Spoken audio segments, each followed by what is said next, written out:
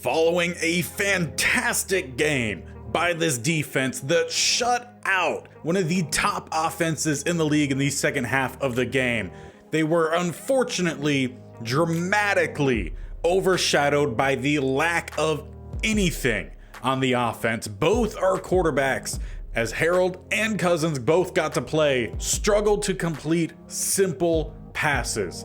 The offense barely got over 100 total yards on the day and ended with a 31-10 loss.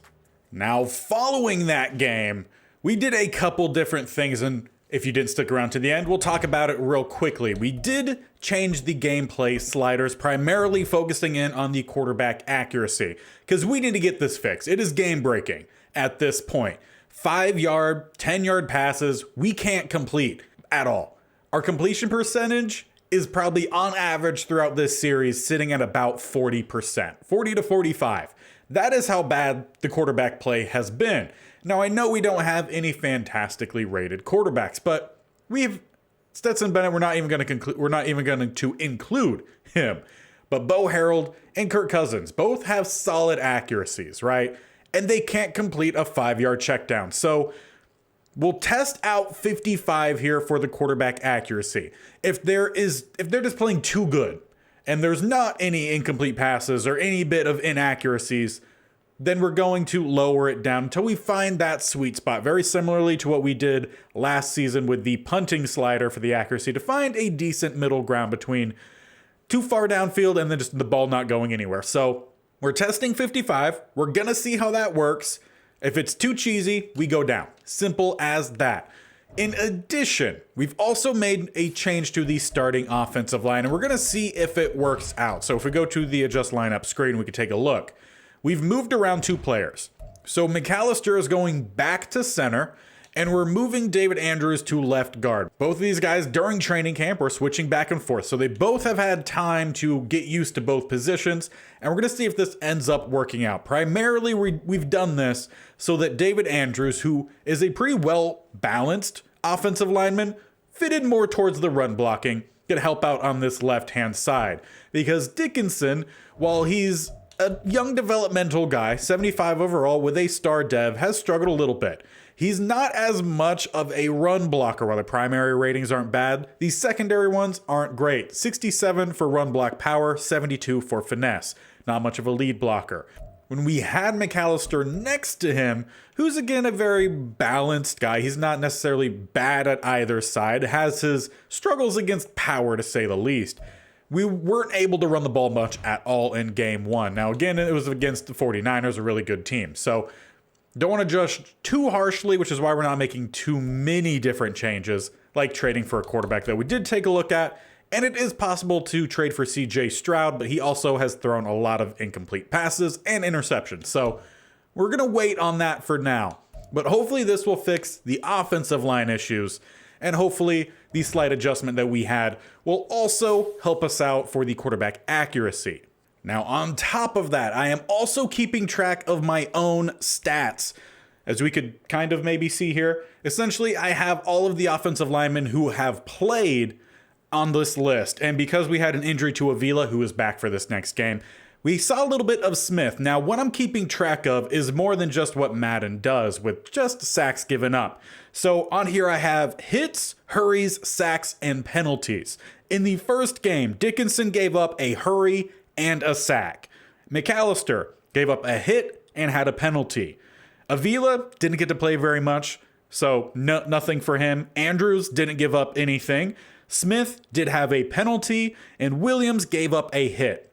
Now, I did not include any sort of scrambling out of the pocket and freeing up edge rushers to come at us, because that's going to lead to holding if our guys continue to block them, right? So not going to charge the offensive line for any negatives there because they're doing their job and not getting a penalty. So we're going to keep track of that, and that is the guide we're going to use to base who needs to be changed out on the offensive line since we have depth. So that's all the bad. There was some good, as we have a breakout opportunity for a linebacker, and it is the second-year guy in Ethan Graham.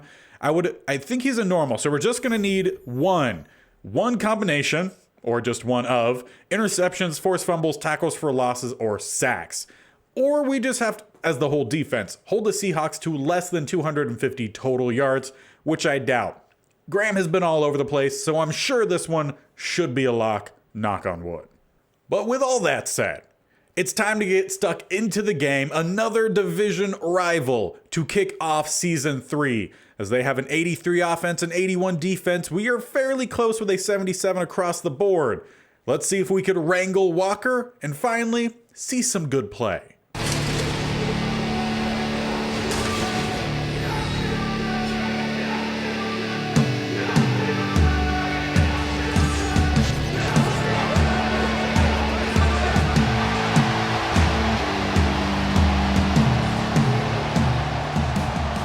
Now let's get week 2 underway as Brown boots this one off. It's going to the end zone and will be a touchback for Davis.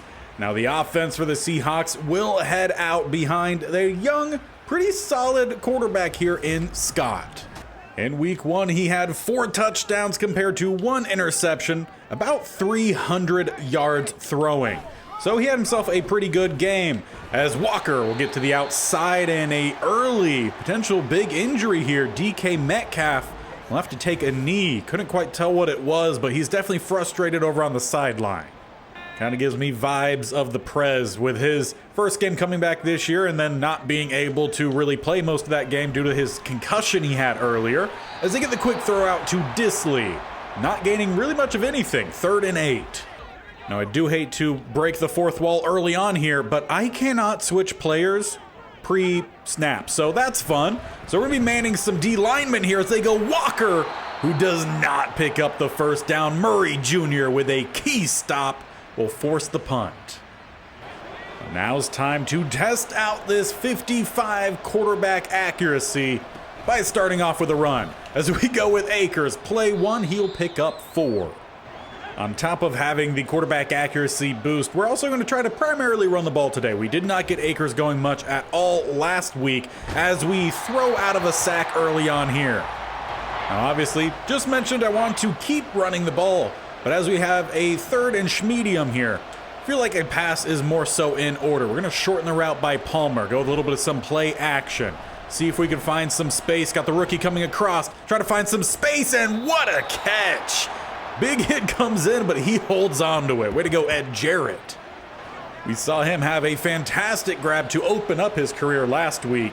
Another good one to start off the day here, and also don't want to understate that was a good throw that we just saw from our young quarterback. We've obviously hated on the dude quite a lot. Need to give him some praise when he does some good, otherwise we're going to have a Zach Wilson situation. As Akers breaks almost to the outside, good stop. Witherspoon breaking off the Jarrett block, who's actually a pretty decent blocker as well. Do like DeGuara's route here. Also have Tommy Tremble coming across. We'll see where we go. Or across the middle, going back to Jarrett, and he holds onto it again. An injury, though, for another Seahawk. This one, AJ Epinesa. Well, I feel like every time I say his name, I pronounce it incorrectly. If I am, do update me. Let me know, because I definitely don't like to be mispronouncing these names, as that pass going to come up short due to the hit. So on 2nd and 10, we'll shake it up a little bit here. We bring out Gibson. He's going to run the wheel, have a couple underneath throws. Our best accuracy with Bo Harold, as he does deliver a good ball there, is on those short to medium throws. He starts to drop off with a deep, so let's keep that in mind. Now, judging a book by the cover, these accuracies have been really good. I'm already feeling like we might need to lower it by about a notch or so as we find some space, but Gibson can't quite burst through. Though picking up a gain of 3 on first down isn't bad. We'll change it up again here, 2nd and 7, going to pistol. A little bit of some play action. They seem to cover it well as we roll towards the sideline, a little too far towards the sideline as Avila shaken up again. He left last week's game early, and he heads to the bench here with maybe a shoulder collarbone issue. It's a good thing we brought in a lot of depth as Williams going to come back in at right guard. Now here on 3rd and 7, a couple opportunities towards the middle or go for the sticks. As most are kind of covered, we try to toss it up. Tommy! It hit his hands, but they knock it free. Good throw again there by Bo Harold. However, we'll still need to bring out Brown and the kicking unit to grab an early lead here. The snap is back, hold down, kick is up, and in between the uprights. We will finish this drive with 3. Now, as for an early update on Avila, as I still can't switch players, it is questionable on his return, as we're not getting much of a pass rush. They get the ball out to the new Locke, because I'm pretty sure Locke has retired. They have already had, no, just kidding. I said Locke, Lockett. I could have sworn we played a game against them last season where they had a 16, and it wasn't Lockett, so I don't know what happened there. Either way, Lockett back at least here. With a 2nd and 1, they go out to their tight end, Disley, trips with the first down. Now, I know for sure last year Disley did have a really good game against us. Would like to minimize what the tight ends are doing, as they will go back to a same tight end. I actually thought it was 85, just not reading numbers well right now, but a first down for Disley. Trying to vary our lineup here, and hasn't quite worked out so far this drive. Kobe Turner also still getting the start at DT today, as Luke Peak has yet to return from injury. As they go with the first down, the refs give it to him, Smith and Jigba. He hasn't quite had a breakout performance yet, but has been a solid guy, as Walker finding some space, breaks 1 tackle. As Graham's there to get the stop, but they're down to the 22. They barely missed out on continuing their drive last time by about half a yard. They're making up for it this go around. All has been pretty smooth, with a throw going back to Disley, down to the 2. That time we had Curse in coverage, and it was not good enough. A goal line set here for the Seahawks as they go Walker to the outside. Bonito stands him up at the 1. He got his dev boost in the offseason, and thanks one to the commenter who gave me the tip on how to avoid the automatic regression from a dev trade after just getting it. We might install that at the end of the season and see how things go. As we've reached the end of the first quarter here, Seahawks looking to put some points on the board. Both teams lining up in an aggressive front here for at least running the ball down at the goal line as Bonito pushes him in. He kept them from getting the score last play, but gives them the score this time. Fullback Gilliam gets them on the board. So after a pretty good first drive from both sides, defense gives up the touchdown, and now Bo Harold heads on out with the offense, looking to continue on what was a pretty good first drive for himself. He was able to fit some balls into some tight windows and look like an actual NFL quarterback. Will that continue? We'll find out, as we're going to actually have a delayed cross here by Trimble. Also have a swing route out here. Not a swing route, and there's an incomplete pass. So he's not playing perfectly, despite that being his better accuracy range. So that first drive seemed extremely clean from Harold, but inaccuracy still a possibility, which is good to note. As we have a 3rd and 6, needing a first down here. A good placement as we find Jarrett once again. He's seemingly become the favorite target of Harold in this one. As we stick with the same look, a little bit of some RPO, hand it off, try to find some space. Akers picks up 3. And that's just been about what he's averaged so far in this game. As we stick with that same look, though, flipping the side, have a couple underneath. We'll go across the middle. Palmer palms that ball with a defender draped over him. Yeah, we've really changed up this receiver core moving into this year. We had a lot of playmakers in the previous couple seasons. Changed it out to physicals, and now they're making the plays as Akers. What a stiff arm there. Gets the first down. And he'll actually stay on the sideline here with a 1st and 10. We have Gibson out there. Going to set up the halfback screen to him. Try to find some blocking, though. Brooks makes a really good play, limiting it to a gain of 5. And we'll keep him out there on 2nd. As we change up the look here now, a bunch to the right-hand side. Trimble lone to the left. See if we could find some space. Going downfield. Palmer, ball slightly underthrown there. Needed that about 2 yards further downfield, and that might have been a touchdown. But a good play made by the corner. We'll have a 3rd and 5 at the 37. We keep that same look, though flip the form. Have the bunch off to the right-hand side, looking across the middle. Nakua, and it looked like a miscommunication there. Not going to say bad throw because it looked like that was supposed to be a drag. Nakua cut it short. Now 4th and 5. Needing to pick up a first down here. It's too far for a sure field goal. So as the play clock is running down, we'll go for it. Swinging this one out, we have Parkinson with the catch. The stiff arm buys him enough time for the first down. And while we've seemingly had a much better passing game, Bo Harrell just 7 of 14. So those accuracies are not for sure. As we roll out here, not enough time to get the ball downfield, pressure in his face. Now we've kind of gotten a little pass heavy. Let's go back to Akers here from the strong pistol set. Try to find somewhere to go, but Seahawks defense all over it. So on 3rd and 11, we'll spread wide. Got a trips look out to the left-hand side, one lone to the right. Then we're gonna try to set up that halfback screen. Akers out there. We pick up one block, fighting through. Akers gets the first down. Just gotta love how nonchalantly he picks up that first down and gets up two with a 1st and 10 at the 19. Nakua towards that back pylon. Also have the same option with Palmer.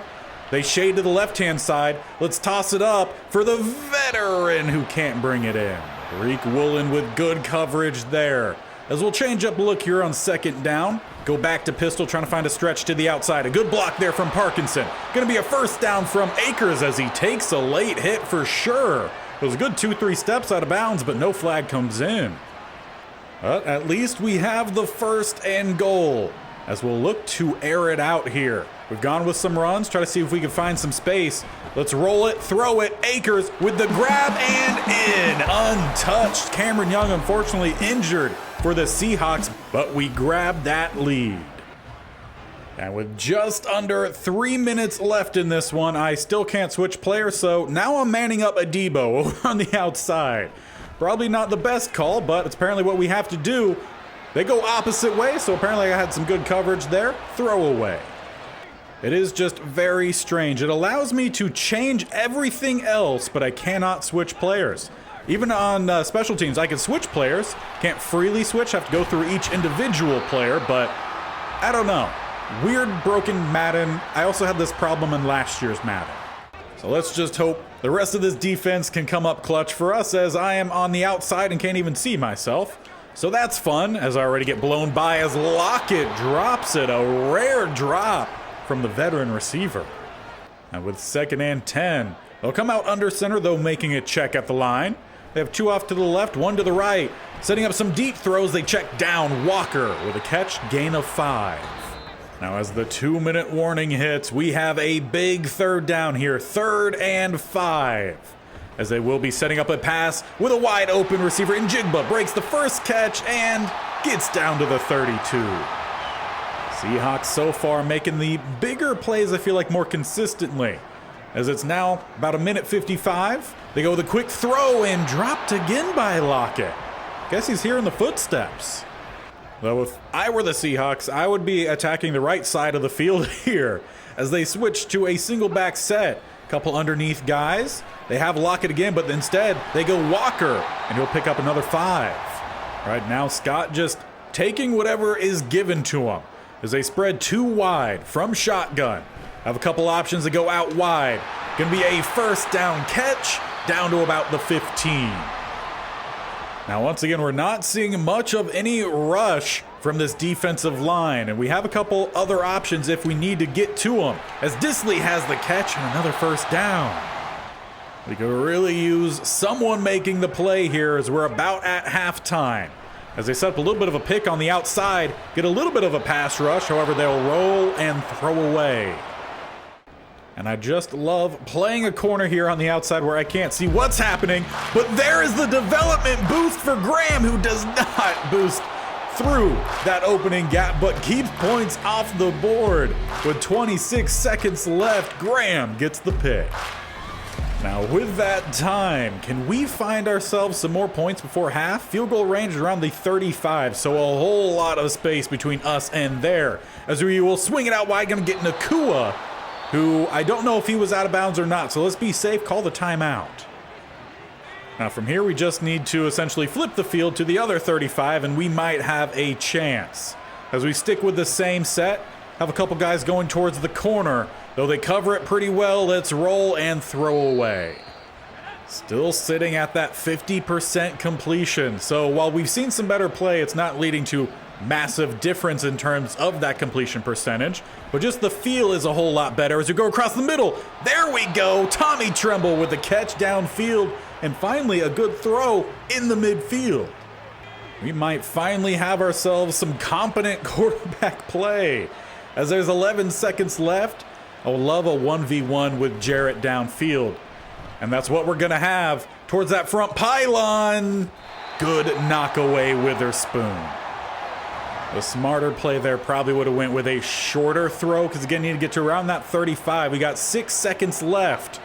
Hard count. Smith definitely moved, but the ref doesn't throw the flag.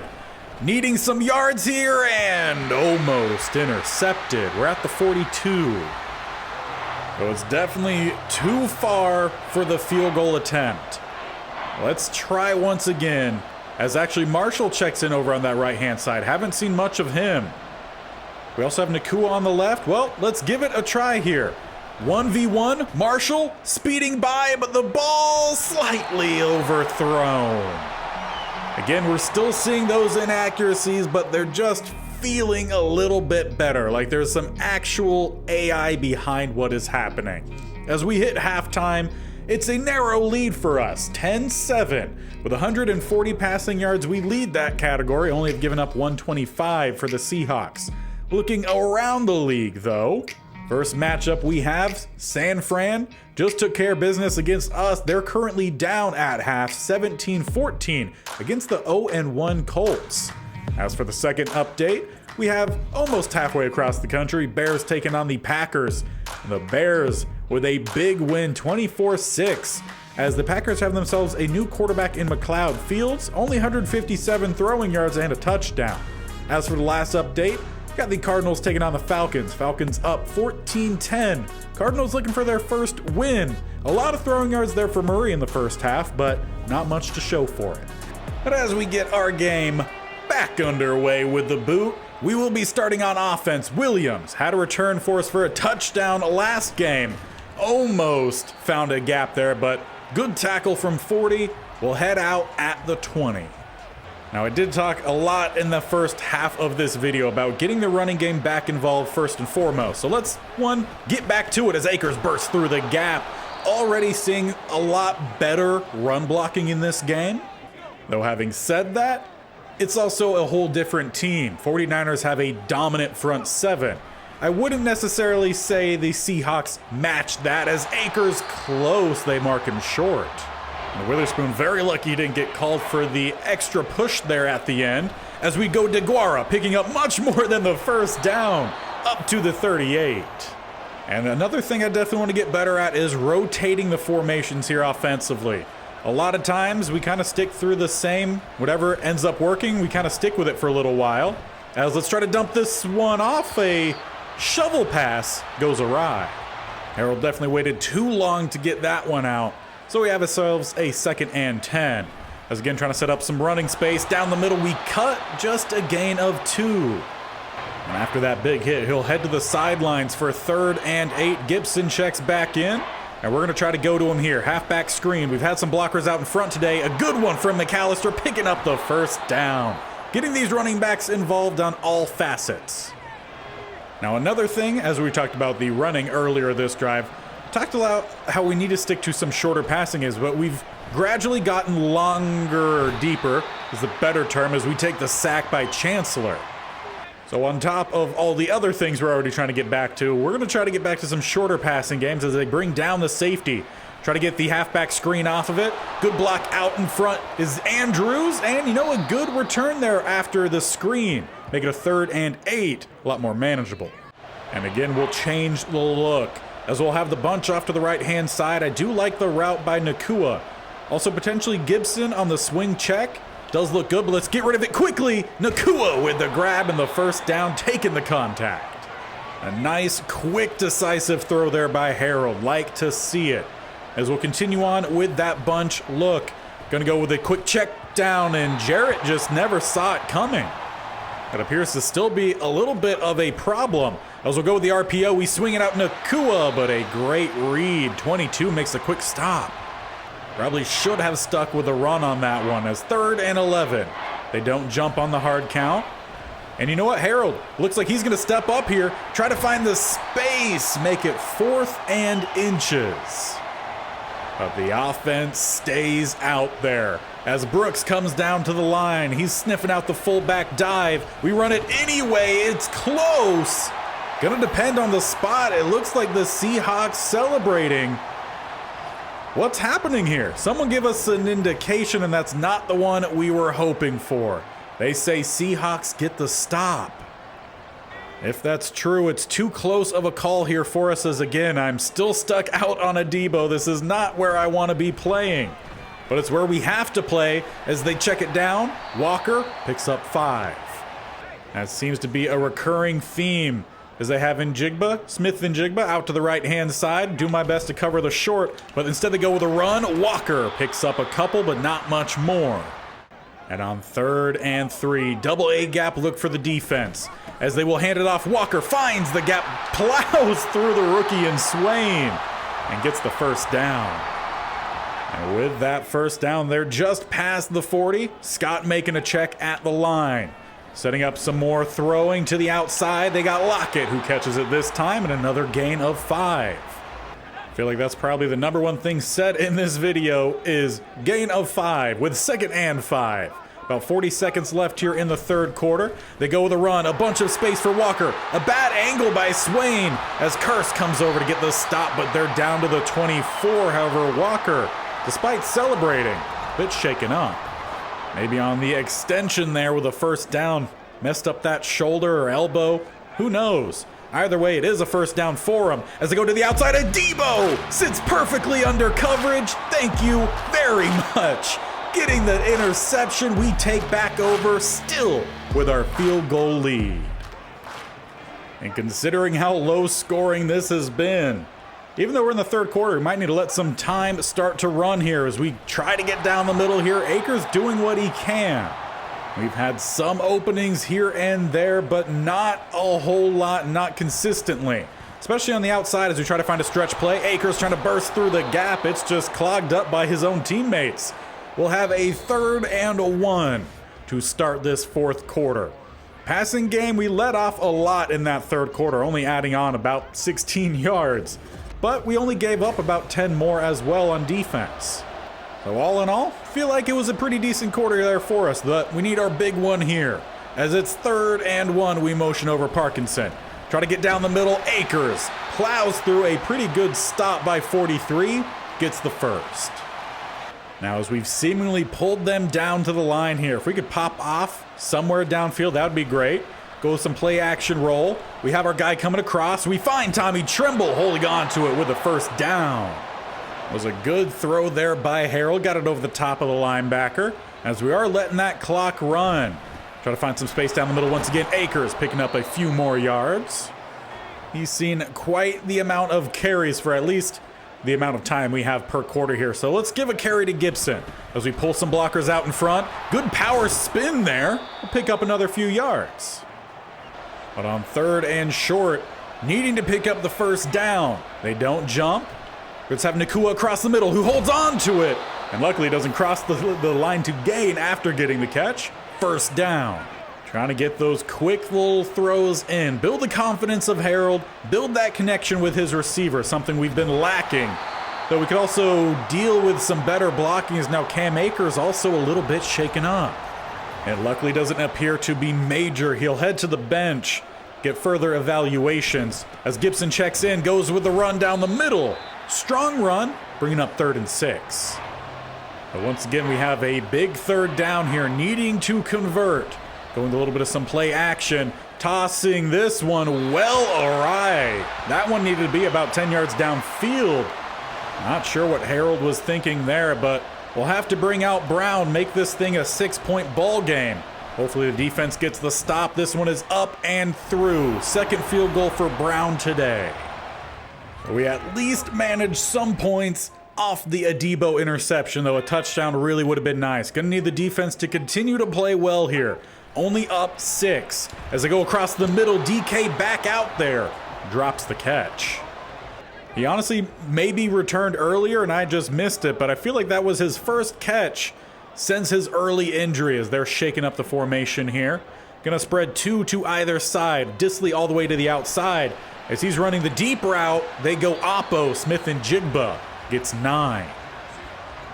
And on 3rd and 1, a big play here. Once again, trying to get off the field. They go with a throw. DK squeezes it.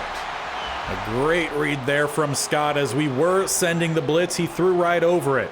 And I just have to go out into this wider view just so I could get a fairly decent look at the passing lanes, essentially, since I'm forced to play corner. As Charbonnet picks up 9.5. He was definitely a fun running back to watch at UCLA, and I feel like very fitting for him to come in and play with the Seahawks as they go right back to him. Patient running. We'll pick up the first down a little bit more.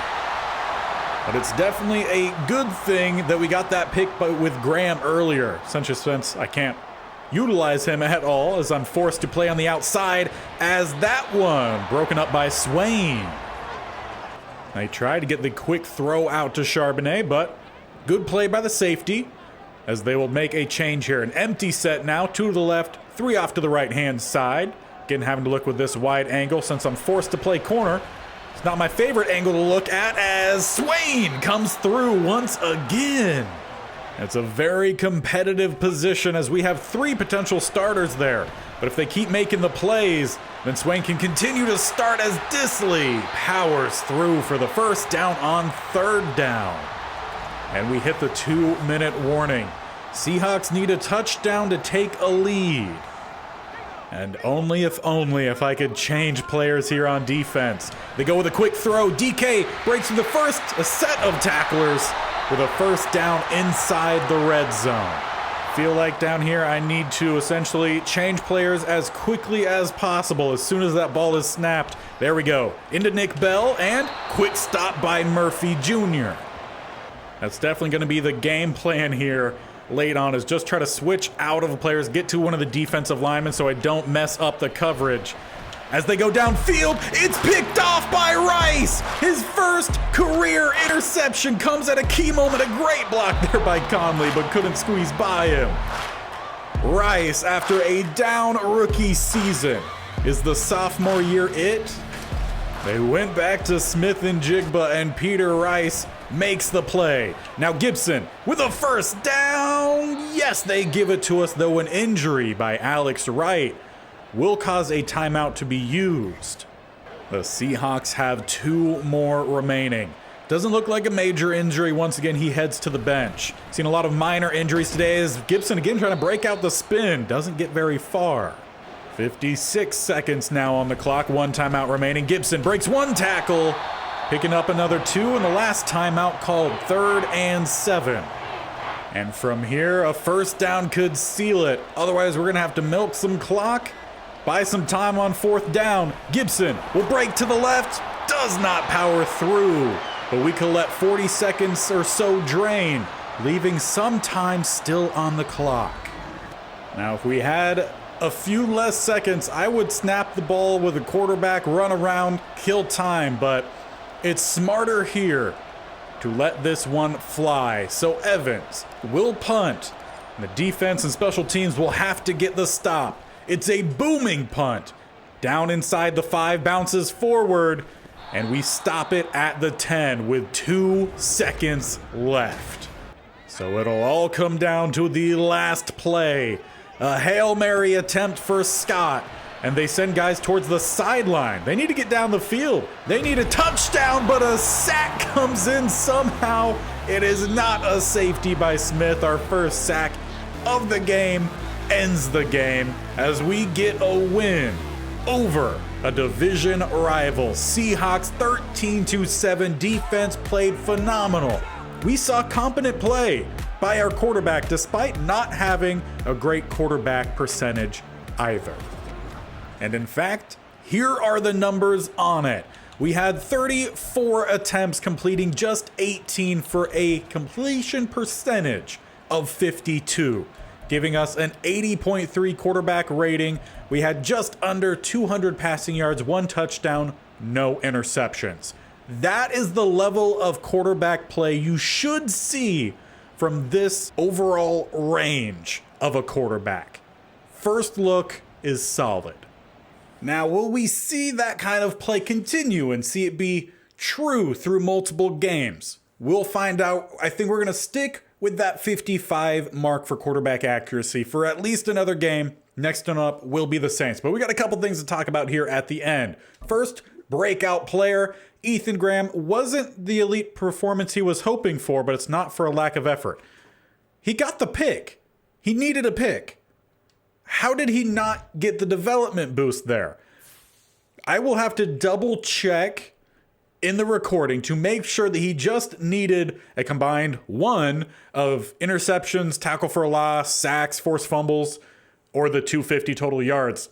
And if that's true, which we saw he got the interception, if that's true, at the beginning of next episode, we will give him his dev boost. The other thing we need to talk about, we did have a bigger injury in this game, and it is for Leo. Oh, I looked this up. Chanel, I believe, is how it's pronounced, or Chanel. Yeah, I think it was Chanel, if I remember looking it up. This one wasn't included in the video. It was cut. It was after the opening kick, I believe, or possibly after the first punt. Either way, it was early on in the game, so we're going to be without one of our primary backup linebackers. We have a couple more. I don't know if I ever talked about it. Evan Williams was an undrafted rookie running back who tore his pec in the preseason, so he's on IR, out for the season. Luke Peak, we're still going to be missing him for an extra 2 more games, so hopefully when he gets back, we'll see a boost to that defensive line. We haven't seen much in terms of pass rush, but we've done decently well overall. Defense continues to play well. And they'll continue to be tested as we move on to week 3 for what the next episode will be, taking on the New Orleans Saints. They're having 80 offense, 77 defense, again, very close to us.